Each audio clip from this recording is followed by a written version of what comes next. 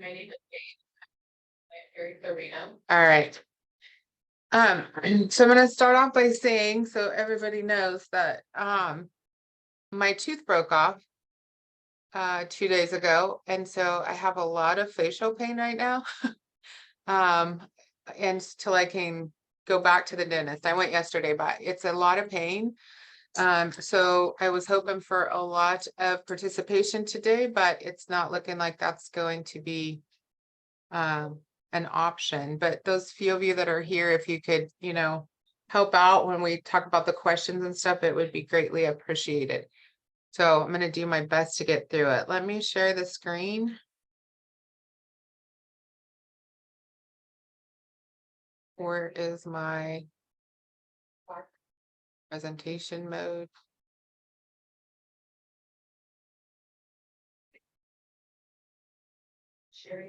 I don't even know.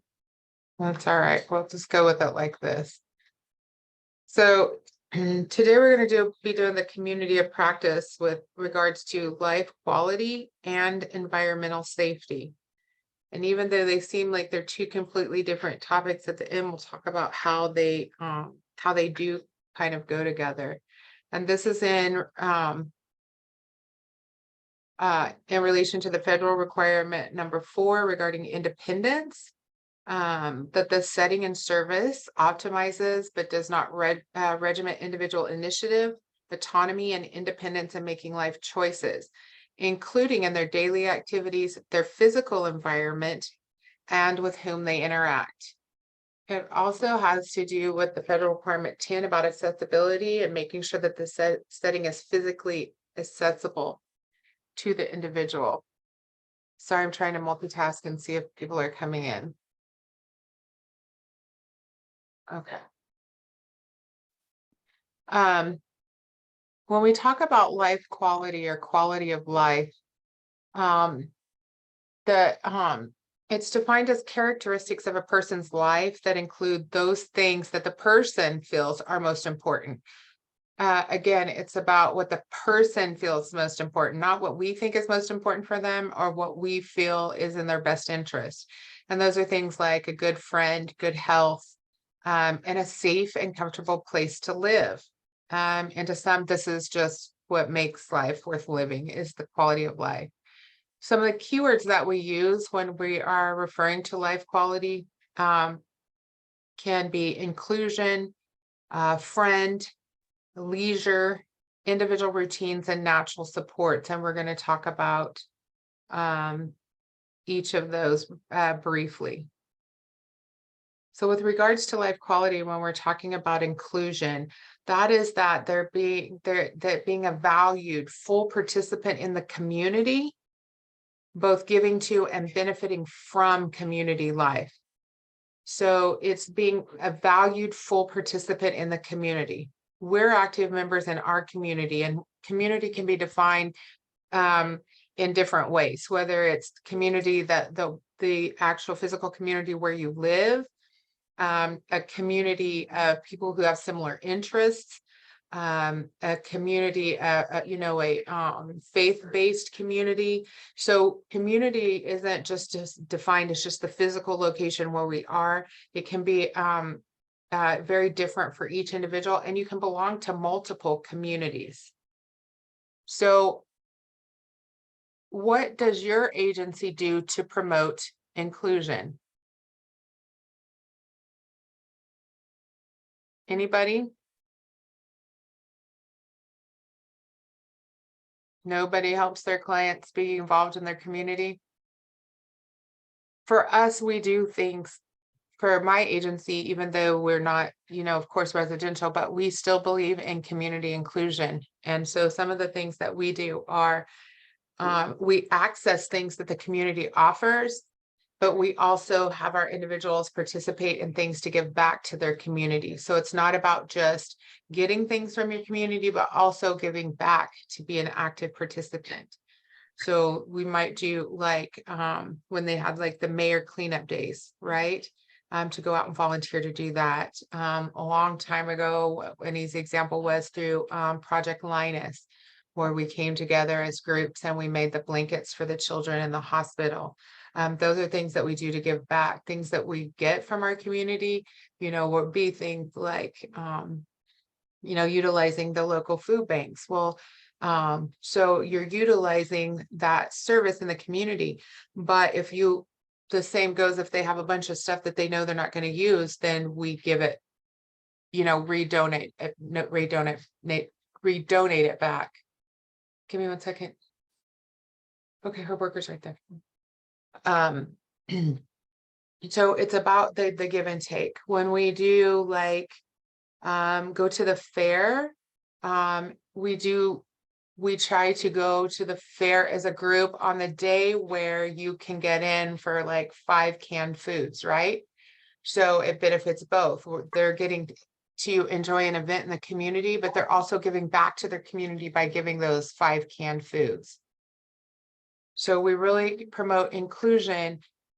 We work on, educating people in the community and other businesses about the service that we provide and the individuals that we serve. So often you will hear people talk who believe that people with intellectual disabilities and mental health diagnosis are the same thing, that they're the same group of people. And so educating the community also helps with community inclusion. Then there's leisure, and this is free time for relaxation, fun, and recreation. What do you do for free time and relax with your free time? What do you do to relax? So what activities does your agency promote for leisure activities? Anybody? Well, here at Bakersfield ARC, we do and have done even through the time when there's been the moratorium on social rec. We've continued to provide opportunities for individuals to take trips. We've gone Hawaii, Alaska, New York, places here in California.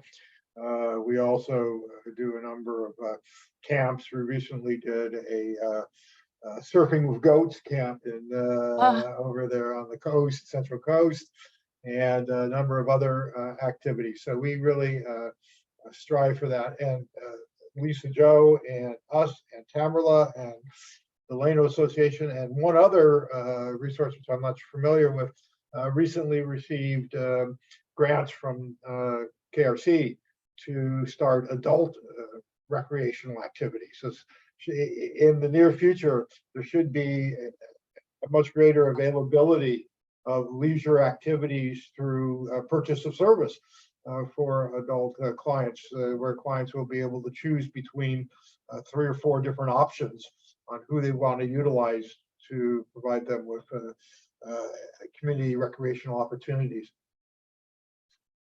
It was also it was said, but we haven't had great confirmation, but it was said that even the individuals who are living in the licensed residential care facilities will be able to utilize the social recreational programs that are being vendored.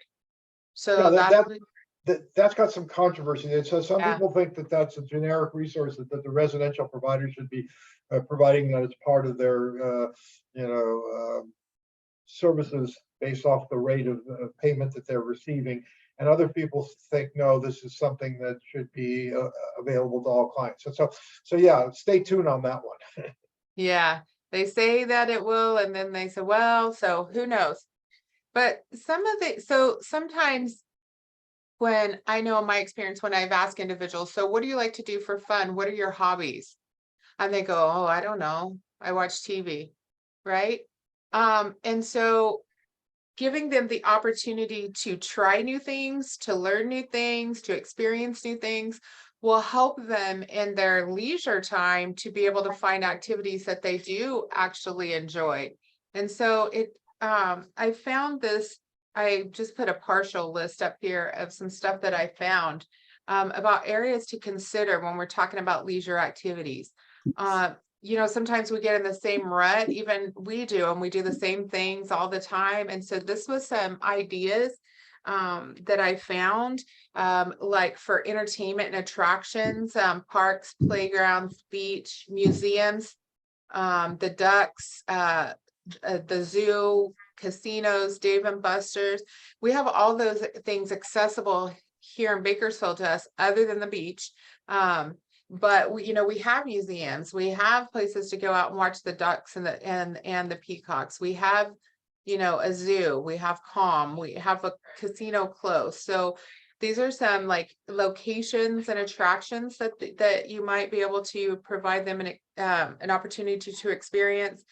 There's also relationship oriented things like birthday parties, volunteering, just being with their friends or going to a friend's house. Being with their boyfriend or their girlfriend, or movies with their friends, parties, social events, just the opportunities to socialize.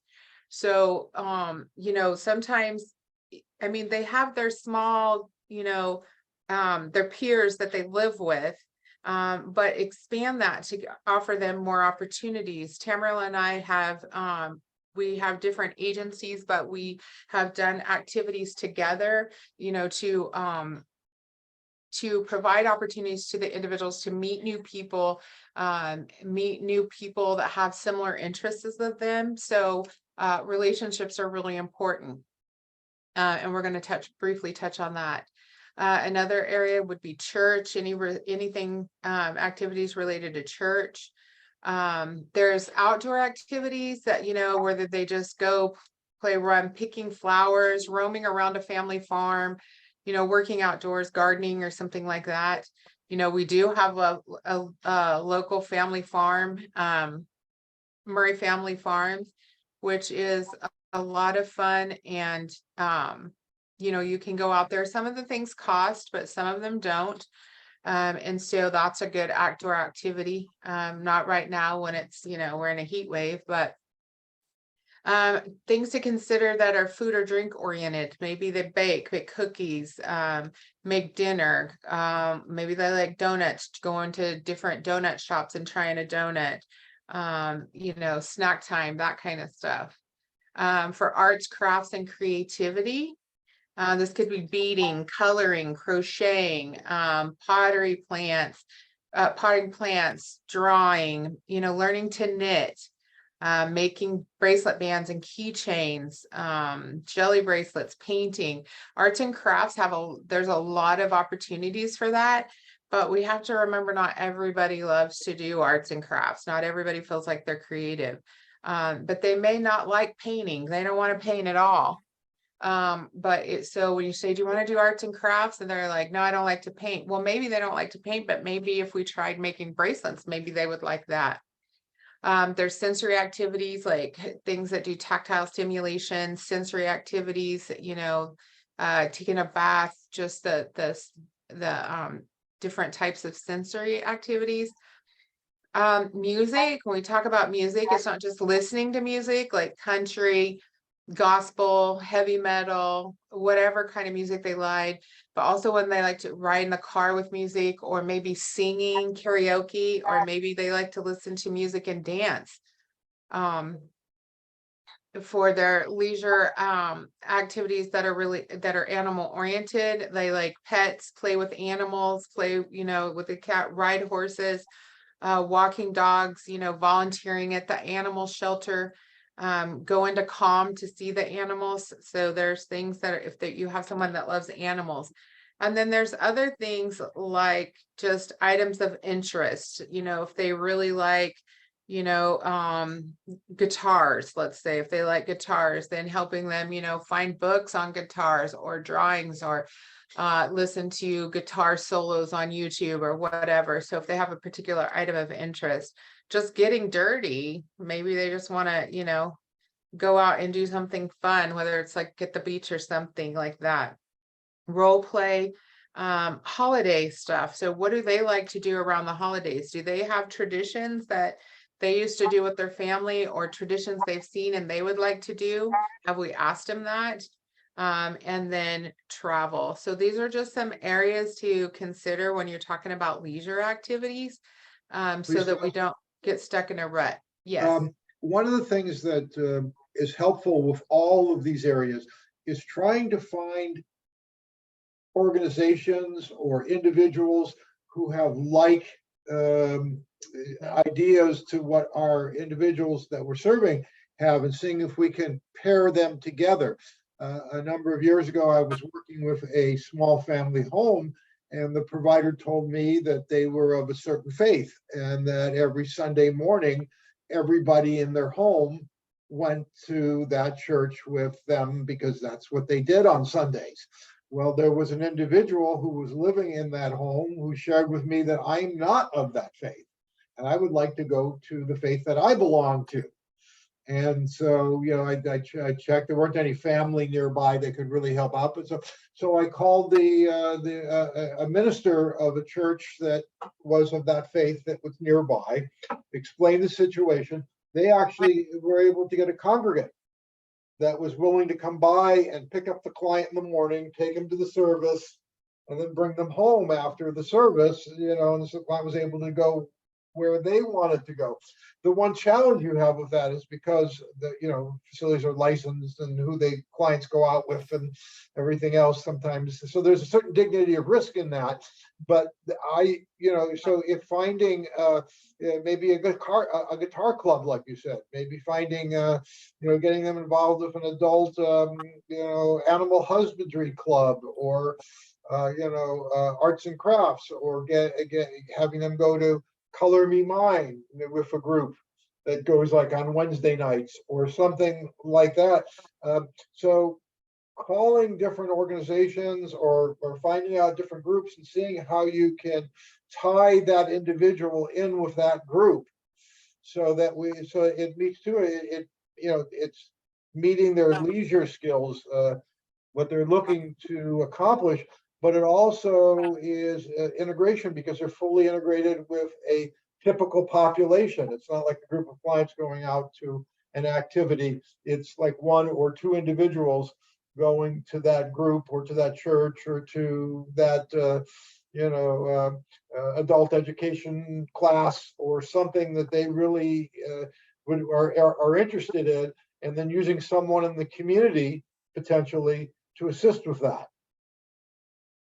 And again, in order to get this, to get them exposure to different activities, and to get them to be really included in their community, it takes work on our part as the administrators, whether it's the DSPs, house managers, whatever you want to call it. It's work on our part. And so, Jeff, can you touch on kind of what you did yesterday about how the community of practice and following this, it's one thing on paper and it's another thing, for it to actually occur? The state and the feds came in and said, okay, everybody has to meet HCBS requirements. And initially everybody did a self-report, and the federal government said, no, that's not enough. We need something greater. So then it came back to regional centers, and everybody had to fill out those forms showing documentation of how you were meeting all of the requirements, that you were in compliance. It wasn't just enough to say I'm compliant. You actually had to produce the documentation, your program design, your client handbook, your house rules, all the different things that you do to show that you met the 10 requirements for HCBS. And then that was reviewed by Kern Regional Center. And in some cases, I provide some technical assistance for providers, but the ultimate review was done by KRC, and then sent off to DDS. And then they hired a consultant who took a look at it too. And if it passed all that, then you got told that you were in compliance. Now, what is in compliance on paper and what is actually in compliance can be very two different things. So for example, you put down that the clients have a right to the food and to make choices about what they eat, what have you. But then the licensing requires you to have a menu, for the month, and so you have so how do those two reconcile?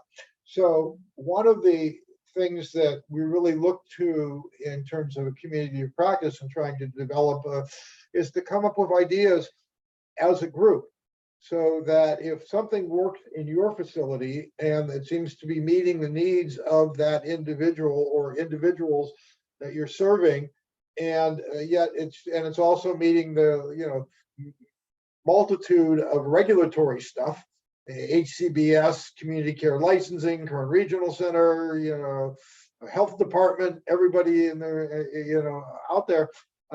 Share it with others, and then that way we can all benefit from it, and all of our clients can do that. In the areas like privacy, dignity, meal planning, right to visitors. These are all challenges because, like for example, right to visitors. I want to have my friend coming over at 10 or 11 at night. Well, that's disruptive to the whole facility. So how do we go ahead and give you your right to visitors and your, it's because it's your home as well, but then also do it in a way that's orderly and doesn't disrupt the rights of the other people in the home to, sleeping or their privacy and other things. So these are all challenges that we're all facing every day in the operational facilities, and by just doing business as usual the way we've historically done it, we can do that for a while. But what's going to happen over time is that the feds are taking these regulations very seriously, and they will be sending out auditors. Regional center is going to be pushed to do more auditing. There's also, for those of you who were on the call yesterday, it was talked about a little bit, but not in any great length.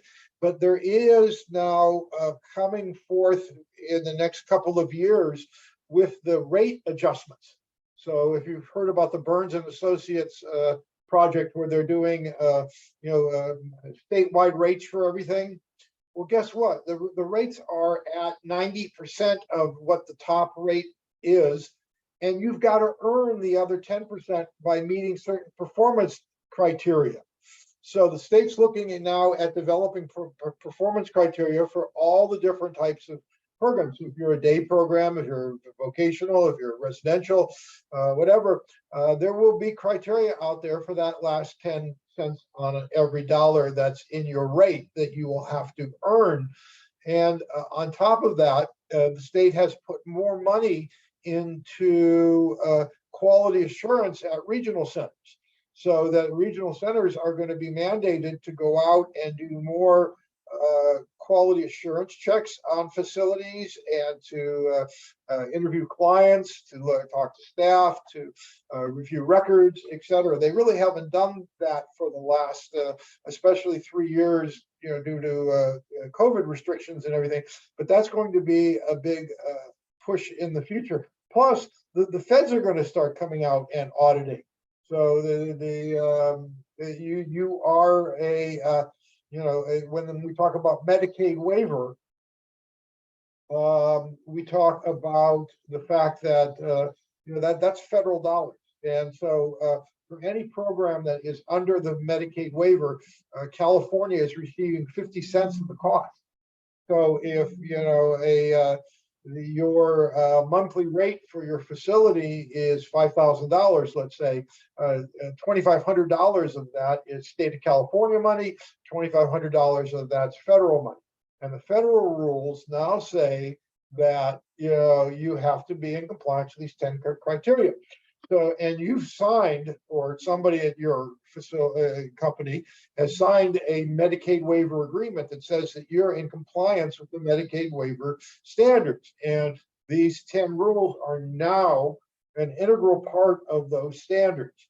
So you are saying to everyone that, hey, I'm in compliance with all of these. So the feds can come out, and if they come out and find that you're not, they can sanction you, and that sanction can go all the way up to, theoretically, them withdrawing their portion of your payment.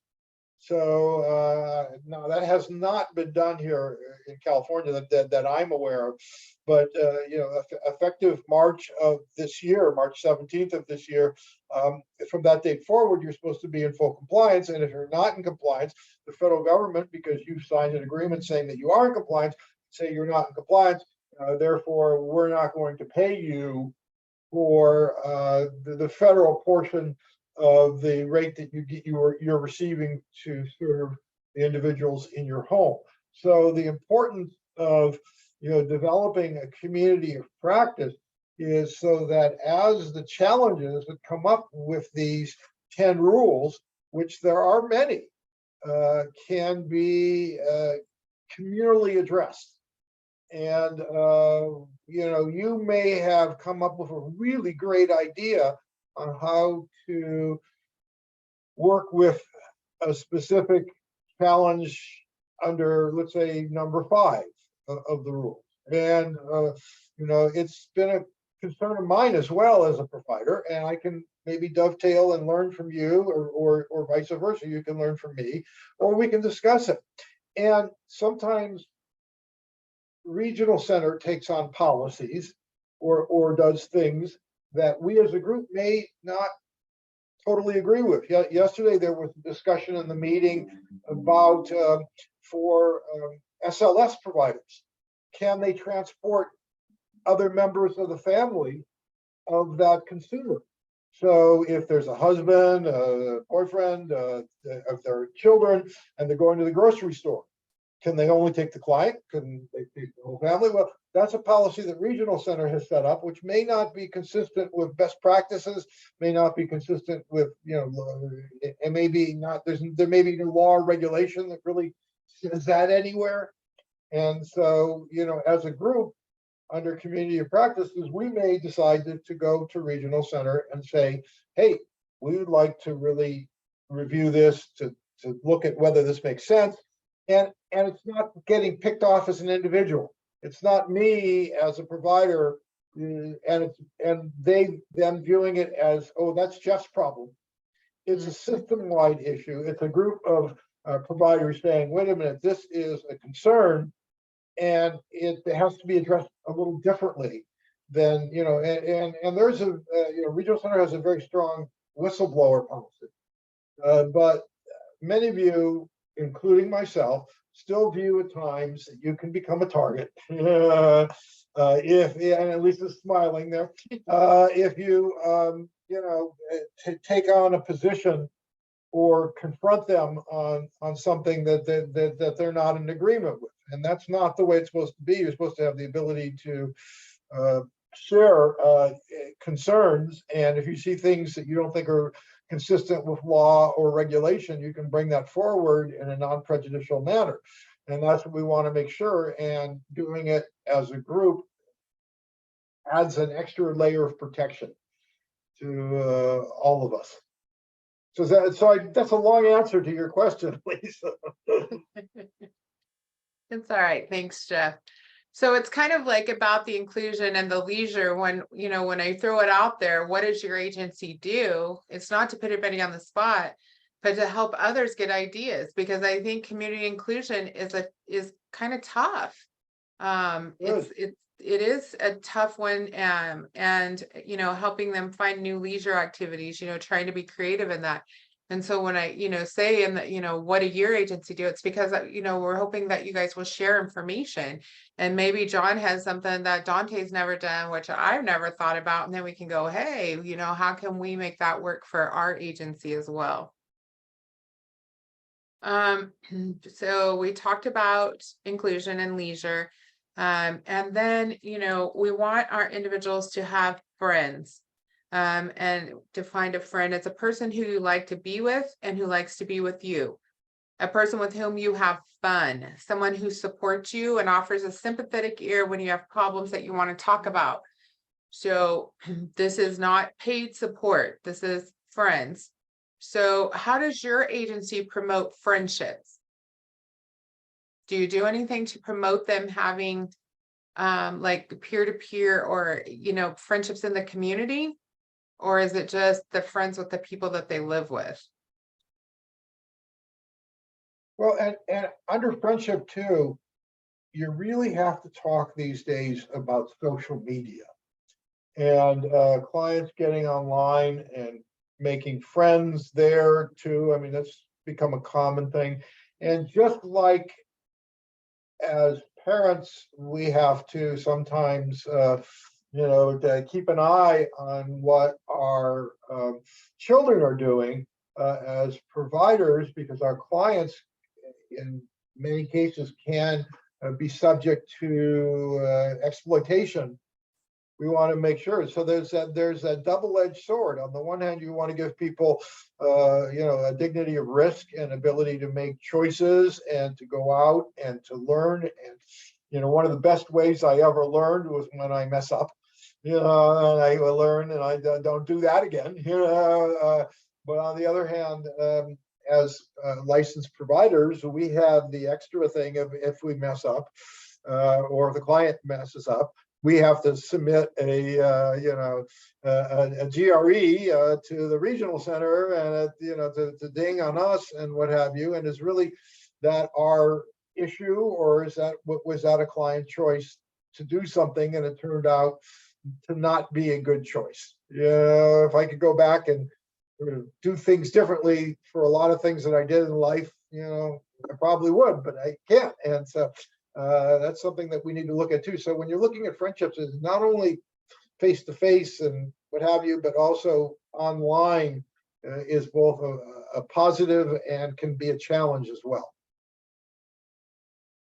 I presented this when we first did in the first half of this project. I had put this up, and I think this is such a great training tool for DSPs.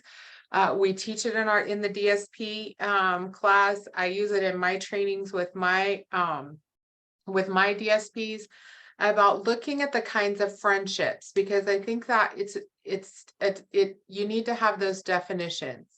So you have those people that are most important to you, and then you have good friends, and then you have acquaintances, and then you have paid support that are still your friends. But the difference between us and the individuals we serve is the types of friendship that we have versus they have. So when you look at it, when we talk about the people that are most important to us, most of us have at least one, usually more than one. Especially if you have a close family, and the individuals we serve, they usually have about one person that's important to them. When we talk about good friends, we can list 5 or more people that we consider our good friends, but the individuals we support often cannot list one person that is their good friend, or unless it's paid staff. So as I always tell my staff all the time, they'll tell you, I say, what would it feel like if everybody that was around you, that interacted with you, that helped you, was paid to be there? What would that feel like to you? When we talk about acquaintances, we can list quite a few acquaintances, right? Whether it's work acquaintances, that kind of stuff. Most of the individuals we support can't name any acquaintances. And then when we talk paid support, we might list 5 to 10, like, Vanessa that does my hair, right? Or Phoebe who maybe does my nails, or, something like that, that I chit chat with or whatever, but it's when I'm paying for a service there. But the individuals we support, when we ask them about friends that are paid, they'll list more than 10. And so we have to really look at the definition of a friend. There's some training by, oh my gosh, Jeff, maybe what is that training agency that's out of the UK? I am totally mindless. Okay. Well, there's a speaker. I just showed the video in my staff training last month, and one of the gentlemen says, do not tell, and this is controversial, I'm not saying he's right, I'm not saying he's wrong, but he says, don't tell the individuals you work with that you're their friend, because you're not their friend. You're paid to be there. And when you say I'm your friend, that makes them believe that when you no longer work there, that you're going to continue to have contact with them. You're going to continue to be their friend. And so they tie that, I'm your friend while I'm paid to be there. The friendship has, when that doesn't continue, when somebody quits or gets fired or leaves the agency, they tie that loss to the friendship. Right. And so they say this guy gives a 30-minute a 30-minute presentation on why you don't tell them that they're your friend. I don't know. It's like It this. deals with boundaries. That we have our lives outside of work, and we have a right to our own lives. The clients have a right to their lives, and we come into their lives during the day or evening at some point and work with them for a discrete period of time. And that should be all there is. You shouldn't be necessarily giving your cell phone number, talking a lot about your own personal family or other sort of things with individuals, because that's not the role that you really play. It's about their needs, not yours. And I have a pretty strict training on that, and a very strict rules that, they are not to share their phone number. They're not to share their social media. They're not to add any clients on their social media, and they're not to discuss their personal things. And I was having some issues with that. I had staff out there sharing, personal stuff about their family and their husband and their kids, and a situation arose and it didn't have a good outcome. And so I actually sit down, I have a list that I give out at every orientation, and I review it at least once a year during in-service. And it's 114 topics that you can talk about with the individual that have nothing to do with you. So it's part of my orientation. I say, here's 114 things. When you first start with somebody, it's kind of awkward. You don't know them. They don't know you. It's hard to know what to talk about. So here's 114 things. So I tell them, pick 5 or 6 before you go work your shift with, and keep them in the back of your mind, because not all of them are relevant to everybody, but keep 5 or 6 of them in the back of your mind. And then you can bring those things up and talk to them about it. So then you don't have the tendency to try to fill that empty time with your personal information. That's one of the things we've tried to do to combat it. It's a pretty good list, I might add. It's pretty creative.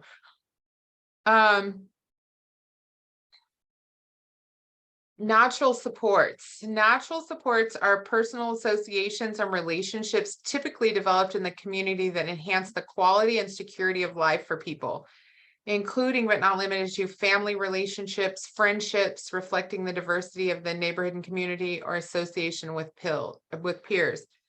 So natural support, that's a big one with regional center. We want to encourage them to use their natural supports, but some have very limited, if any, natural supports. So how do we build natural supports?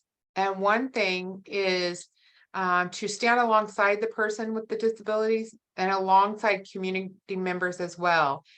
Be a regular person rather than the professional. Establish circles of supports around a specific person and involve community members and let them know how they can help.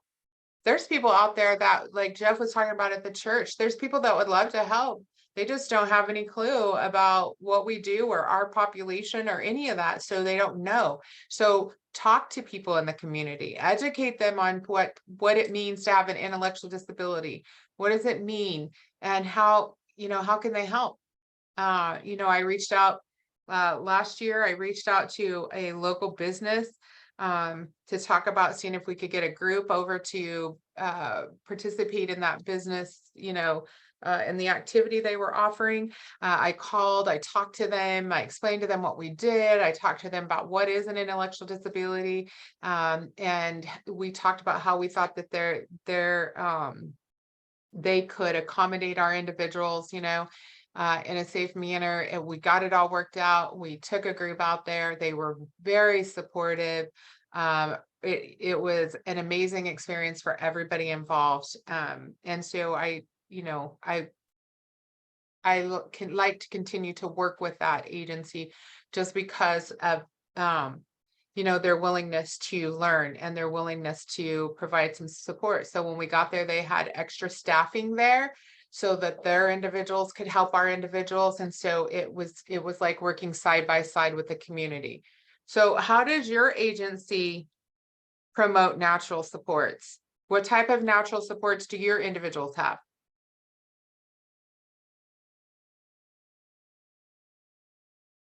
These are supports that aren't Family. necessarily regional center funded or not done necessarily as a group, as an individual. Were you going to say something, Dana?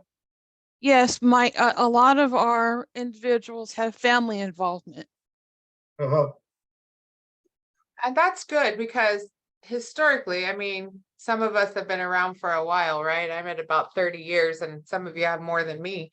Back when I first started, and I was working in the ICFs, the majority of the individuals that were in those residential facilities had no family. They were individuals that had come out of the developmental center into residential placement, and so they didn't have, a family involvement.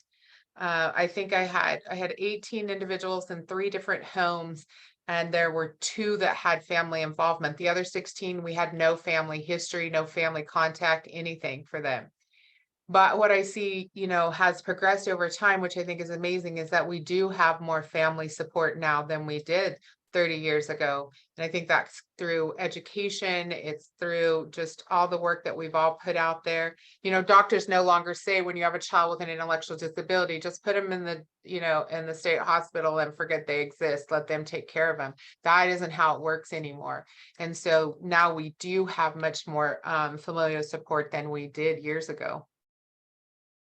And there's also the difference in that, as a society, we've sort of changed our view of people with disabilities. And in the past, there was almost a shame base that people would think that, okay, what did your family do wrong that you have this family member with a disability? And that sort of changed. And I remember when I was a child, there was a family down the street, and I had sort of a crush on the little girl because we were the same age and she was my girlfriend. They had another child, and that child had Down syndrome. And all of a sudden, instead of the Ross family, they were now the Ross family with the Down syndrome child. That somehow their role changed. And really nothing had changed other than the fact that they just had another child in their home. But we as a society viewed them differently because there was a disabled family member. So that really wasn't encouraged in the past. And it's much more encouraged for family and relatives and other folks to really continue to be an active participant in someone's life as they live in a residential setting. Yes, and it was, it's one of those things, the older people, it's kind of ingrained in, and, the younger people coming up, they have much more understanding of individuals with disabilities than we did 30 years ago. Individual routines.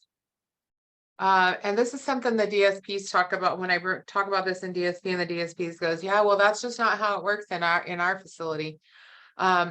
Individual routines, things that people do every day, every week, every month, or every year, comfort routines, right? So these are going to be things like daily. Just a couple examples. Does everyone use the same flavor toothpaste? Does everybody shower before or after breakfast? Do the individuals that you serve have a right to make decisions about their individual routines daily, even the small things like the toothpaste or when they're going to shower? When we talk about weekly, do they have a favorite TV show they want to watch? Do they have a specific church they want to attend weekly, not the church that you want them to attend, like Jeff had talked about? Is there a specific laundry day for them? Are there monthly things? Do they have say so in their routine for monthly things, like maybe the choice of a fun activity each month, dinner with friends? Like Jeff said, maybe that Color Me Mine once a month has a group of, you know, senior women that come and do it. So does your individual fit into that monthly activity? Yearly, talking about holidays, or comfort things, your routine when you get stressed out or you're sad or you're frustrated. You do things to comfort yourself. Do they have say in what they can do? Do we know what they need to comfort them? Do they need to go home and lay down? Do they need to eat some chocolate? Do they need to talk to someone? Right? So individual routines are important, that they have say in what they're in, what's happening with them daily. I hear a lot from the DSPs. No, we have a schedule and they have to shower. You know, these individuals shower at night, these individuals shower in the morning. The manager goes out, they buy all this, you know, the same toothpaste, the same, you know, mouthwash, the same everything, and everybody gets it put in their hygiene box. But what if, you know, you're buying them a toothpaste and they don't like the taste of that one, or, you know, something like that? Are we allowing them to have input? It's again, one of those fine lines, right? But we want to give them the opportunity to make as many choices for themselves as we can. I had an individual when I worked for the regional center that we determined that he needed 30 minutes from the time that he was basically a 24-hour staff, our client, but we were able to figure out that he needed 30 minutes between the time that he got home from day program and the time that staff got there to decompress. And we were able to give him that opportunity. That's good. And so was he having like some challenging behaviors before Yes. that? Yes. Yeah, And so then we gradually reached to a point where we were able to give him that little bit of freedom. Staff were still kind of in the vicinity, but he didn't have to know that they were there. right. But and then he was much better after.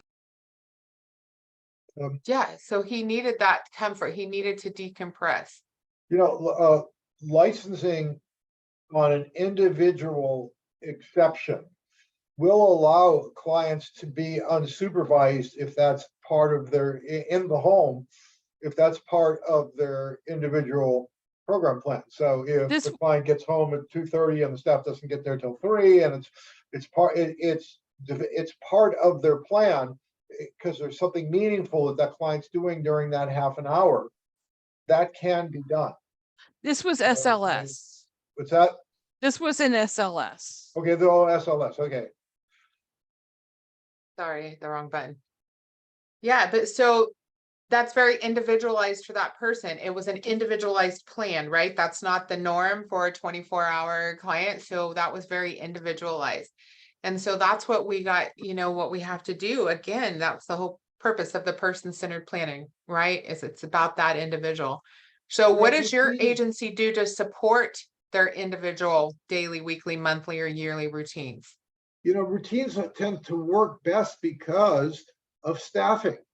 We, you know, we don't, the system doesn't really pay you as a residential facility enough to do a lot of, you know, individualized planning, because, you know, you have to keep the facility running all day long. And if you're a 1-to-6 ratio or a 1-to-4 ratio or whatever the, you know, your home is, having that routine makes things flow much better. And but then the issue then becomes one of, is it for the benefit of the facility or is it for the benefit of the individual? So that's again one of those challenges that we run into, of how do we do this in a way that's efficient, cost effective, you know, but first and foremost makes sense for the individual that we're serving. Yeah, and one of those challenges that, you know, that if we hear what one agency's doing, it can help, you know, possibly help another agency that, you know, that may be struggling with the same thing. So that's, and I used this quote before because I really love this quote. The quality not the longevity of one's life is what's most important. And that's Dr. Martin Luther King Jr. But it is about the quality of our life, not necessarily the longevity of our life. And so that's our job in this profession, is to help increase their quality of life. So we're going to kind of switch modes now and go into the environmental safety. And so safety means doing things in a correct and careful manner in order to have an environment that's free of danger and hazard. So just some of those statistics again, the numbers are, when you look at them, they're always staggering to me. 20,000 people die every year from a home accident. The three major sources are falls, fires, and poisonings. Falls were the third leading cause of injury-related deaths of all ages. Like, third leading cause. Who would have thought that falls were the third leading cause? That's 85% of all fire deaths occur in a home. And 82 people die every day in unintentional poisonings. Like, to me, 82 people a day from poisoning, it just seems like a lot to me. So it's really important that we create a safe environment, and prevention is always the #1 priority. And some things are like, have good lighting, make sure the home's free of clutter and space so they can move around freely. Practice emergency response plans, look at possible hazards, and make sure that they're trained in wheelchair safety. And we're going to kind of talk about that too. So some things to do to prevent poisoning: make sure that they're locked up, right? That's regulation. They have to be locked up. They have to be stored in their original container, and they have to be kept separate from food, and out of easy reach. And again, they have to be locked up. One thing that I had to learn from life experience was that if there is a poisoning, you have to call poison control first, not 911. And I had to learn that through my own personal, when my mom drank some poison on accident, of course. But so there's the poison control number. When I teach, I tell all the individuals, put it in your phone. I know you guys have it posted in your facility, but keep it in your cell phone, for not just for your work, but for your personal life, because you just never know when it can happen. But make sure you know you've got to call poison control first. When we talk about falls, make sure if they have fall risks, that those fall precautions are in their IPP. Always make sure the mobility aids are in good working order. If they're using arm crutches, make sure that the rubber ends, are in good working order. Because if you just look at it, the outside can look like they're good, but if you lift those arm crutches up, then the metal part has come all the way through the rubber. So look at those type of things. Make sure they're in good working order. Try to provide handrails and guardrails. Keep your floors dry, and again, keep the clutter off the floor. I just had my ex-daughter-in-law who got up in the middle of the night 2 nights ago and was walking, and there was stuff all over the floor. She tripped over it, hit her nose on the coffee table, went to the hospital. They had to send her to LA to see a plastic surgeon to try and repair the damage done to her nose. And it was from having clutter in the floor, and she was walking through there when it was in the middle of the night when it was dark. So it's really important to make sure that you have no clutter around. The individuals we serve may be at an increased risk for falls because of health-related conditions, CP, epilepsy, sedating medication, those kind of things. So they're even at a higher risk with those. Preventing fires, the in-home sprinkler systems are the best, but they're really expensive. But you do have to have hardwired systems. You can have the battery operated as well, but make sure if you have any of those, you replace them 2 times a year.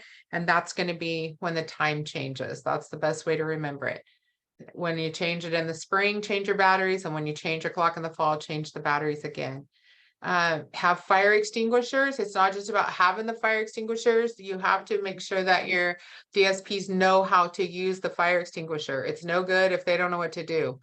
If they know Go A ahead. lot of the new fire alarm, smoke detectors have 10-year batteries in them.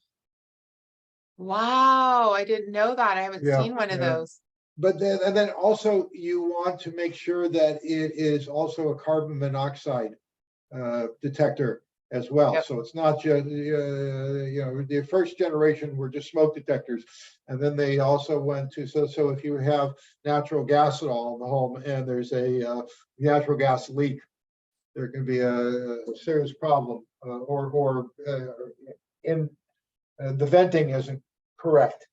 You can get a problem with carbon monoxide. And there's very specific measurements for those CO2 monitors. Right. Like they're specific, they have to be so far up the wall, like there's specific dimension. My husband does that for a living. That's part of what, when he does the energy efficiency is he checks those CO2 monitors. And he's walked into many rentals where they've just stuck it up on the wall and it's not in the right dimension. So make sure with those CO2 monitors, they're measured correctly.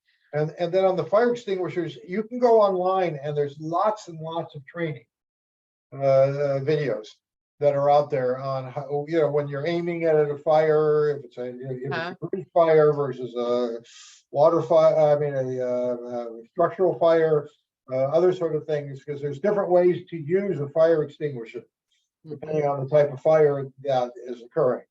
And different types of fire extinguishers. That's right, now. A, B, and C. Yeah.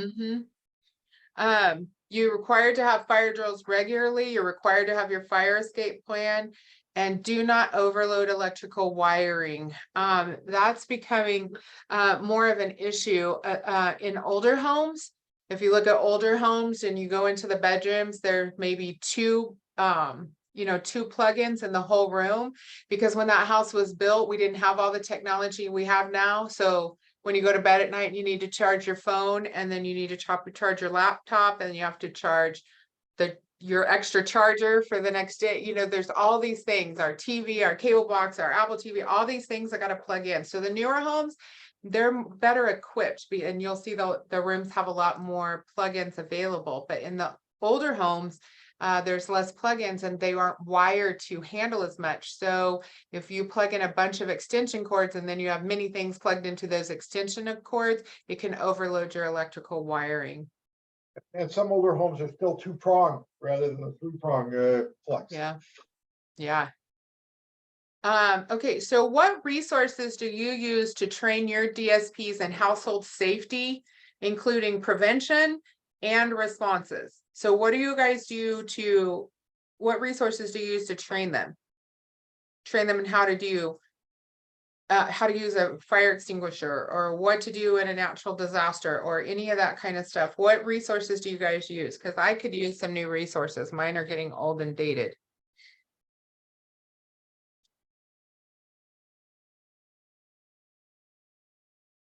Nobody, see, I even have my pen ready. I thought somebody would have something that I could use. We use, YouTube videos. I go to like the American Red Cross has some of that stuff. I do online stuff. But I get tired of saying the same thing over and over. So I was hoping somebody had some new updated information. I can actually on that for just a minute if you want. I'm sorry, say that again. You know how fire extinguishers go extinct, or they have a timeline on it where they go bad. So what we do as a class is we take them and we do a class on how to use them, and each student gets the opportunity, outside of course, well ventilated, but they get the opportunity to in real time feel and see what it's like to use that. So that's been pretty successful for us. Using the ones that are outdated. Exactly. Oh my gosh, I love that. Right? I love that. Because it was one of those, I actually learned that from Dr. Clark, because he said, hey, when they expire, you got to get rid of it. And I thought, hey, what if we actually used it in real time?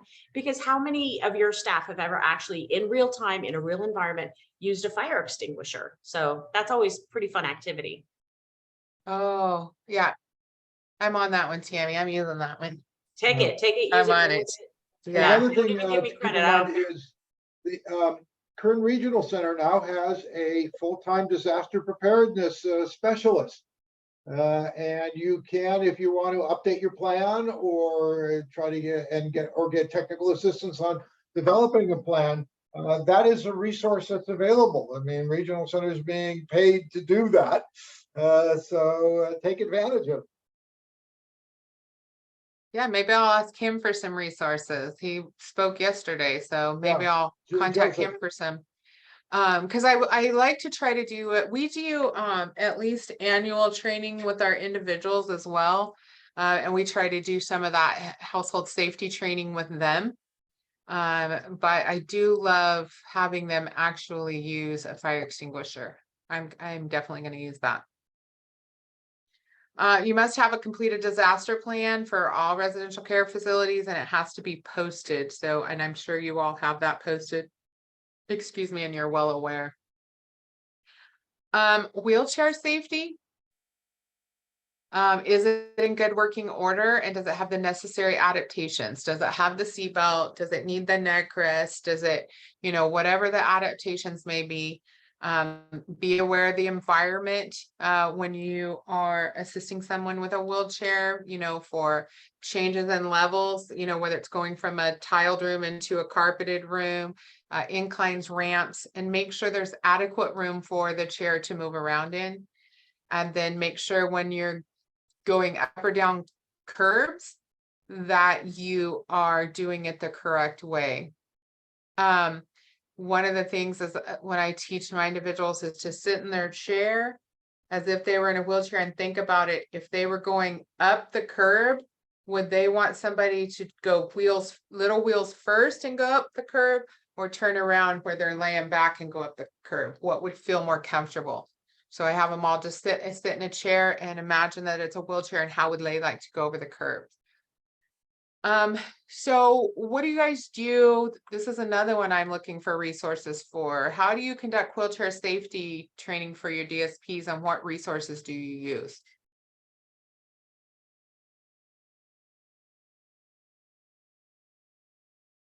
We use, Lisa, what we typically do sometimes, definitely with the wheelchair thing, is we do practicing the transfer. So we have a physical therapist that actually shows the DSPs how to actually do a 1-person and 2-person transfer from the wheelchair, Nice. just to make sure that they're not physically hurting themselves or the individual while they're making those type of transfers. Nice.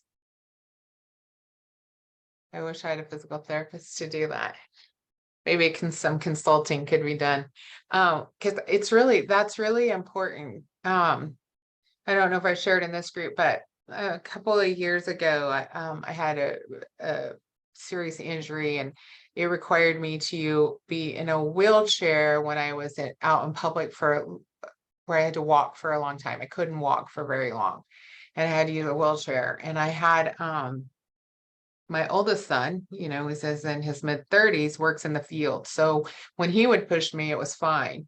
But what I call my littles that I have are teenagers now, when they were going to have them push me, it was terrifying. Because they push really fast and stop, and I'm doing all this in the chair, and they don't know how to go over the curbs, and they go small casters first and about dump me out and I was like, you guys cannot push me in this chair anymore. And that's when I was like, you know what? I really need to make sure I'm doing good wheelchair safety training for my individuals, because for me, and I had, if they went to push me out, I could, catch myself and stuff. But it was having to use it and feel what it was like when somebody doesn't know what they're doing. It was really uneasy. For wheelchair safety training, again, we just use videos. I try to keep the videos as current as possible. And we do some actual, have one of the staff sit in a chair and another staff, push them, that kind of stuff. So that's how we do it. Independent Living Center of Kern may have resources specific to helping families or care providers assist people with wheelchair needs. Oh, I never thought about using them. Okay, I'm gonna do that. Sorry, I had my pen and paper ready today because I was like needing resources. when we talk about, so those are like home safety stuff, but then we have environmental emergencies. And we want the 4 Ps: prepare, plan, practice, and perform. So we want to prepare. We want to have the right things available in case of an environmental emergency. An environmental urgency is going to be like the earthquake, flood, the natural disasters. Plan, make sure that there should be a plan in place. You should have a plan per regulation, your disaster plan, and on it, it should say who's going to do what. Now, that's great if you have that information on paper, but if those individuals don't know what their role is in the environmental emergency, then it's no good. So you have to make sure that your DSPs know what they're responsible for. Practice your disaster drills and complete the right actions, perform the right actions in the emergency. So when we prepare, make sure that you have a first aid kit and book, battery powered radio, flashlights, bottled water, food supply, the tool to turn off gas and water, which was, a huge thing for me to learn. I didn't know how to turn off the gas until we had those earthquakes, a few years ago. And individualized items for each person. Regional Center did, I guess, receive funding, right, Jeff? They're going to be handing out disaster preparedness backpacks to all of the clients. It's gonna be a tiered system based on need. So like the ILS, SLS are gonna be close to the top since they're on their own, but in that, this time the pack that they're doing, they showed us a picture. It was pretty amazing, huh, Jeff? It has like a thing to make a small tent. It has a wool fire resistant blanket in it. It had a lot. Was there fire extinguishers in it, Jeff? No, I don't think so. But There was a radio that was also a charger. So for your phone and things. It was the crank or solar powered. Right. I was really impressed by the number of items that were in there. So those will be hopefully rolling out soon. Have your current disaster plan and make sure they know, your DSPs know it. Practice the drills. Make sure your staff know how to turn off the gas, water, and electricity. I mean, I was in, my 50s before I learned how to turn off the gas. I could turn off the water. I could do the thing for the electricity, the breaking thing, but I didn't know how to turn off the gas. And then make sure, you work with them and train them to make sure they stay calm when something happens. So do you guys, I know you do your fire drills, that's required by regulation, but do you guys do environmental emergency drills? Like if there's an earthquake or there's a flood, do you work with your individuals on what to do in those situations? We're at high risk for earthquakes, right? And part of Vice City is at high risk for flood, right? They've been talking about that. Yeah, with this year's rains, they were looking at certain parts of Bakersfield were considered to be at high risk for potential floods that were just right off of the Kern River. Yuckett's Park, the Heart Hospital, the regional center area was considered to be a flood potential area. So do you guys practice those too, or just your fire drills? I'm taking that means probably just fire drills. So you might want to, work with, and not just to the individuals you serve, but your DSPs. They may not even know what to do in an earthquake, or how to assist the individuals in an earthquake, or what to do with the individuals if there's a flood, right? So you got to work with your DSPs as well as your individuals to make sure everybody's safe. What you don't want to happen is that there be a major earthquake and your staff don't know how to respond or how to assist the individuals because you haven't taken the time to, train them and do those drills. So I encourage everybody. Nicole put on the chat that potentially the fire department could be willing to come out and assist you as well. Oh yeah, huh? That's a good idea. I bet they do probably have like a community training officer or something like that. Yeah, I'll have to look into that. So putting it all together, so what does environmental safety have to do with quality of life? Anybody? Do you see the correlation? You can't have a good quality of life if you don't feel safe. If you don't feel safe and supported where you're at in your environment, it's hard to feel like you have a good quality of life. And so as we present them and they seem too different, they do come together in the fact that we all want to live in a healthy and safe environment. And that makes us, feel better. So it's a better quality of life. You think about, a drastic example. I guess it's not that drastic. I have several homeless individuals, but when they don't have a safe environment and they're living on the streets, how do you think their quality of life is? I have multiple. I think I'm up to 5 homeless individuals that I serve that literally sleep on the streets at night. And so they don't have a great quality of life. But even things to the extent, if it's like cluttered and it's unorganized and it's chaotic, how does that lead? How does that affect their quality of life? I know when things seem out of, chaotic around me, it gives me like anxiety, right? And I'm not like, oh, it's a happy day today. I'm like, whoa, So make sure that you understand that their environmental safety does affect their quality of life. Lastly, here's some additional resources. This is from the Feeling Safe, Being Safe workbook and training videos are available at, on the DDS website. It's a great little booklet to do with each individual to help them become more responsible in their safety plan, and a teaching guide to help them understand being safe. And then for your facility, there's a positive environment checklist. It's about, I think, 3 or 4 pages long, and it's just a yes, no, or NA checklist to go through and to determine just how safe is your environment. And it gives you things that you may not even have looked at or thought about to make sure that the environment, that it's a positive environment. So it's a really great checklist.